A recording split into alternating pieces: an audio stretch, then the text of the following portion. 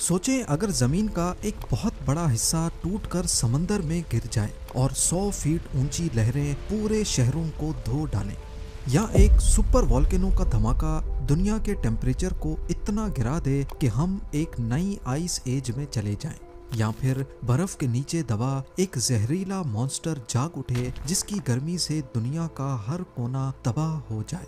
ये कोई science fiction कहानी नहीं बल्कि नेचुरल थ्रेट्स हैं जो इंसानी जिंदगी को एक ही झटके में खत्म कर सकते हैं। ज़ेम टीवी की वीडियोस में एक बार फिर से खुशामदीद। नाजरीन, आज हम बात करेंगे अर्थ पर ही मौजूद 4 सोए हुए नेचुरल डिजास्टर्स की जो दुनिया को तबाह करने की पूरी सलाहियत रखते हैं। साइंटिस्ट्स के हिसाब से इन नेचुरल डिजास्टर्स का आना तो कंफर्म्ड है, लेकिन आखिर कब? सबसे पहले बात करते हैं डूम्सडे ग्लेशियर की। वैसे तो इसका नाम थ्वेट्स ग्लेशियर है, लेकिन इसे डूम्सडे ग्लेशियर क्यों कहा जाता है ये आपको थोड़ी ही देर में पता चल जाएगा। ये तो हम सब जानते हैं कि समंदर का लेवल दिन ब दिन बढ़ता जा रहा है और इंसानों के लिए नए मसले खड़े हो रहे हैं, पर आने वाले चैलेंजेस कितने बड़े होंगे और हमारे पास कितना वक्त बचा है ये सब डिपेंड करता है इसी डूम्सडे ग्लेशियर पर। एंटार्क्टिका के वेस्ट में मौजूद ये ग्लेशियर कई मकामात पर 1 किलोमीटर से भी ज्यादा गहरा हो जाता है, यानी जितनी ऊंचाई बुर्ज खलीफा की है उससे भी ज्यादा गहरा होने के साथ साथ ये 120 किलोमीटर तक फैला हुआ है, जो इसे दुनिया का सबसे चौड़ा ग्लेशियर भी बनाता है। 1,92,000 स्क्वायर किलोमीटर के एरिया पर फैला हुआ ये ग्लेशियर इतना बड़ा है कि इसके अंदर 318 मुंबई जैसे या फिर कराची जैसे 50 शहर फिट आ सकते हैं। पिछले कई सालों से ये ग्लेशियर पूरे एंटार्क्टिका के मुकाबले में बहुत तेजी से पिघल रहा है, जो अभी तक समंदर के लेवल में 4% का इजाफा कर चुका है। पर सबसे खतरनाक चीज इसकी लोकेशन है। थ्वेट्स ग्लेशियर पूरी वेस्ट एंटार्क्टिक आइस शीट का है तो एक छोटा सा हिस्सा, लेकिन इसके पिघलने से इस पूरी आइस शीट के पिघलने का खतरा जुड़ा हुआ है, जिसकी वजह से आने वाले सालों में समंदरों का लेवल 3 मीटर या लगभग 10 फीट तक बढ़ सकता है। और ऐसा इस वजह से है क्योंकि Thwaites glacier West Antarctic ice sheet के ठीक बीच में मौजूद है। एक्सपर्ट्स का कहना है कि वेस्ट एंटार्क्टिक आइस शीट का सारा दारोमदार थ्वेट्स ग्लेशियर पर है। अगर इसको पिघलने से रोका नहीं गया तो ये पूरे वेस्ट एंटार्क्टिका को गर्क कर देगा, जिसकी वजह से साहिल पर मौजूद शहरों पर समंदर के पानी का राज होगा। इन शहरों में मुंबई, न्यूयॉर्क, जकार्ता, बैंकॉक और ढाका जैसे शहरों के नाम सबसे ऊपर आते हैं। इस एनिमेशन में देखा जाए तो ये है एंटार्क्टिक आइस शीट। ये बीच से काफी गहरी है क्योंकि सदियों से पड़ने वाली बर्फबारी इसे बीच से मोटा करती आई है। जैसे जैसे ये बीच से मोटी होती जा रही है, वैसे वैसे वजन की वजह से ग्लेशियर्स बाहर एंटार्क्टिक ओशन की तरफ निकल रहे हैं। बाहर निकलते हुए ग्लेशियर्स जिनके नीचे पानी होता है, इनको आइस शेल्फ कहते हैं। ग्लोबल वार्मिंग पानी और हवा दोनों को ही गर्म कर रही है, जिसकी वजह से ये दोनों साइड्स के आइस शेल्फ भी मेल्ट हो रहे हैं, पर अलग अलग रफ्तार से। क्योंकि एंटार्क्टिका के ईस्ट में जमीन का लेवल ओशन से ऊपर है, इसी वजह से यहाँ पानी ग्लेशियर्स तक नहीं पहुँच पाता और यहाँ बर्फ आहिस्ता आहिस्ता पिघलती है। लेकिन वेस्ट एंटार्क्टिका अलग है। इसका ज्यादा हिस्सा समंदर की सतह से नीचे है। इसका मतलब ये है कि पानी इसके नीचे जाकर इसे मजीद कमजोर करके इसे तेजी से पिघला सकता है। यही वजह है कि वेस्ट एंटार्क्टिका को क्लाइमेट चेंज के हवाले से दुनिया का सबसे अहम बर्फ का हिस्सा माना जाता है। सही तरह समझने के लिए एंटार्क्टिका के नीचे जमीन के सर्वे मैप को देखें। इसके ईस्ट में जमीन समंदर के लेवल से ऊंची है, जिसको लाल और पीले रंग से दिखाया गया है, जबकि इसके वेस्ट में जहां जमीन ब्लू रंग से दिखाई गई है, ये सारी समंदर के लेवल से नीचे है। खास तौर पर ये डार्क ब्लू हिस्सा तो सबसे नीचे है और यहीं पर है डूम्सडे ग्लेशियर। फिलहाल ये आइस शेल्फ पानी के ऊपर लटक रहा है, जबकि इसके नीचे ओशन का पानी इसे खोखला कर चुका है। हर गुजरते साल इसके टुकड़े टूटकर ओशन में मिक्स हो जाते हैं और ओशन का पानी इसे नीचे से मजीद खोखला करता जा रहा है। 1992 से लेकर अभी तक की बात की जाए तो इस दौरान ओशन का पानी इसे 14 किलोमीटर अंदर तक खोखला कर चुका है।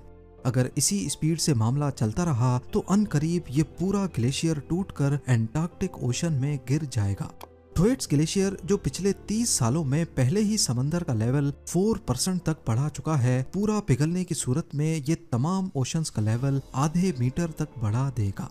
ये वक्त शायद ज्यादा दूर नहीं, क्योंकि रिसर्चर्स डूम्सडे ग्लेशियर में पहले ही एक बहुत बड़ा क्रैक ढूंढ चुके हैं, जिसको रोकना अब किसी के बस की बात नहीं। सवाल ये नहीं है कि थोएट्स ग्लेशियर टूटेगा या नहीं, बल्कि सवाल है कि कब। और जैसा कि आपने पहले जाना, ये चीज एक बहुत बड़ी तबाही को दावत दे सकती है, वेस्ट एंटार्क्टिकन आइस शीट। इसमें कोई शक नहीं कि ऐसा होने के बाद इस आइस शीट में भी मेल्टिंग का प्रोसेस ट्रिगर हो जाए, जो ओशन के लेवल को 3 मीटर तक बढ़ा देगा। ऐसा होने की सूरत में कोस्टल सिटीज को अचानक खाली करना पड़ेगा। Inter governmental panel on climate change के सर्वे के मुताबिक जो शहर इसकी जद में आएंगे, वहां फिलहाल 1 अरब से ज्यादा लोग रहते हैं। वो सारे लोग जब ऊंचे इलाकों में जाएंगे तो पूरी दुनिया का इकोनॉमिक डिसबैलेंस देखने को मिलेगा। इसके अलावा पूरी दुनिया के मौसम में तेजी से बदलाव देखा जाएगा, जिसमें खतरनाक सुनामी, हरिकेन्स और फ्लड्स बहुत आम हो जाएंगे। अब बात करते हैं येलोस्टोन सुपर वोल्केनो की। येलोस्टोन सुपर वोल्केनो अमेरिका के वायोमिंग स्टेट में येलोस्टोन नेशनल पार्क के अंदर है। ये एक एक्टिव वोल्केनो सिस्टम है जो दुनिया के सबसे बड़े और खतरनाक सुपर वोल्केनोज में से एक है। येलोस्टोन सिर्फ एक छोटा सा पहाड़ नहीं है जो फट सकता है, ये एक सुपर वोल्केनो है जिसके अंदर बहुत ज्यादा मैग्मा यानी पिघला हुआ पत्थर भरा है। अगर ये फट जाए तो इसके असरात सिर्फ अमेरिका तक महदूद नहीं रहेंगे, बल्कि पूरी दुनिया को तबाही का सामना करना पड़ेगा। येलोस्टोन एक बड़े कैल्डेरा के अंदर है जो लगभग 70 किलोमीटर लंबा और 50 किलोमीटर चौड़ा है। इसका मतलब है कि ये एक जायंट क्रेटर जैसा है जो पुरानी वॉल्केनिक इरप्शंस के बाद बना था। एक्सपर्ट्स का मानना है कि ये सुपर वॉल्केनो हर 6 से 7 लाख सालों में एक बार फटता है। आखिरी बार ये तकरीबन 6,40,000 साल पहले फटा था, और उससे पहले 13 लाख साल और उससे पहले 21 लाख साल पहले बड़ा एक्सप्लोजन हुआ था। इसके पास्ट रिकॉर्ड को देखते हुए ये कहना गलत नहीं होगा कि येलोस्टोन सुपर वॉल्केनो अगले 60,000 सालों में किसी भी वक्त फट सकता है। अगर येलोस्टोन सुपर वॉल्केनो फट जाए तो इसका असर सिर्फ एक देश तक महदूद नहीं होगा, बल्कि ये पूरी दुनिया को आसानी से अपनी लपेट में ले सकता है। ये अपने 1000 किलोमीटर के रेडियस में मौजूद किसी भी शहर को एक ही झटके में तबाह कर देगा। धमाके की वजह से ये हवा में वॉल्केनिक ऐश और सल्फर डाइऑक्साइड जैसी गैसेस छोड़ेगा, जिसकी वजह से पूरी दुनिया का क्लाइमेट बदल जाएगा। राख के बादल इतने घने होंगे कि अगले कई सालों तक सूरज की रोशनी जमीन पर नहीं पड़ सकेगी, जिसकी वजह से अर्थ का टेम्परेचर गिर जाएगा। इस फिनोमेनन को वॉल्केनिक विंटर कहते हैं। फसलें उगना बंद हो जाएंगी और दुनिया भर में खाने पीने की शॉर्टेज हो जाएगी। जो लोग बच भी गए तो उनमें बीमारियां फूट पड़ेंगी। एटमॉस्फेयर में सल्फर डाइऑक्साइड की मौजूदगी की वजह से बारिश पानी की सूरत में नहीं बल्कि तेजाब की सूरत में होगी। रिपोर्ट्स के मुताबिक अगर येलोस्टोन आज ही फट जाए तो दुनिया की कम से कम 70% पॉपुलेशन खत्म हो सकती है। अब बारी आती है कुम्ब्रे विएहा वॉल्केनो की। अफ्रीका के नॉर्थ वेस्ट कोस्ट से 700 मील दूर स्पेन के कैनरी आइलैंड्स हैं। यहाँ पर ला पाल्मा नामी ये आइलैंड 40 लाख साल पहले कुम्ब्रे विएहा वॉल्केनो की वजह से वजूद में आया था। ये वॉल्केनो आज भी एक्टिव है और दुनिया के लिए एक बहुत बड़ा खतरा बन सकता है। पिछले 60 सालों के दौरान यहाँ वॉल्केनिक इरप्शंस ने इस आइलैंड में एक फॉल्ट लाइन, एक क्रैक बना दिया है, जिसको गूगल अर्थ में भी देखा जा सकता है। ये क्रैक समंदर से 6000 फीट ऊपर मौजूद है। साइंटिस्ट का कहना है कि अगर एक बड़ी इरप्शन हुई तो लावा निकलने से जो नुकसान होगा वो तो एक तरफ, लेकिन आइलैंड का एक बड़ा हिस्सा समंदर में गिर सकता है। जियोलॉजिस्ट का मानना है कि फॉल्ट लाइन पूरी तरह क्रैक करने की सूरत में लगभग 500 अरब टन वजनी पत्थर 250 किलोमीटर पर आवर की स्पीड से स्लाइड करते हुए समंदर में गिरेंगे। इस लैंडस्लाइड की वजह से करीब 1 किलोमीटर तक समंदर का पानी उछल कर गिरेगा, जिससे शुरू होगा सुनामी का एक ऐसा सिलसिला जो दुनिया के कोने कोने तक अपना असर छोड़ेगा। एक्सपर्ट्स ने इसे मेगा सुनामी का नाम दिया है। ये लहरें समंदर की हर डायरेक्शन में 4000 मील तक ट्रेवल करेंगी। जिसमें यूरोप, अमेरिका और अफ्रीका बुरी तरह असरअंदाज होंगे। 100 फीट से भी ज्यादा बड़ी लहरें समंदर तो समंदर, कोस्टल सिटीज में भी काफी अंदर तक सारा निजाम धर्म भरम कर देंगी। ला पाल्मा का वॉल्केनो एक टाइम बॉम्ब है जो कभी भी फट सकता है और इसका असर सिर्फ कैनरी आइलैंड्स तक नहीं रहेगा बल्कि पूरी दुनिया ही इसकी जद में आ सकती है। पर क्योंकि इस स्लाइड का झुकाव वेस्ट की तरफ है तो ऐसा समझा जा रहा है कि अमेरिका का ईस्ट कोस्ट जहां मियामी और ऑरलैंडो हैं वहां पर इसका असर सबसे ज्यादा होगा और अगर वक्त पर शहर खाली नहीं हुए तो मेगा सुनामी लाखों जाने ले सकता है। और अब आखिर में बात करते हैं परमाफ्रॉस्ट की। हमारी दुनिया का 11% हिस्सा परमाफ्रॉस्ट ग्राउंड है, यानी जमीन का वो हिस्सा जिसका टेम्परेचर साल के 12 महीने 0 डिग्री सेल्सियस से भी कम होता है। परमाफ्रॉस्ट ज्यादातर पोलर रीजन्स में पाया जाता है, जिसमें आधा कनाडा, 2/3 रशिया और तिब्बतन प्लेटू शामिल हैं। इनमें ज्यादातर परमाफ्रॉस्ट पिछले लाखों सालों से इसी कंडीशन में था, पर अब नहीं। परमाफ्रॉस्ट की लेयर के ऊपर एक एक्टिव लेयर होती है जो सर्दियों में जम जाती है लेकिन गर्मियों में वापस पिघल जाती है।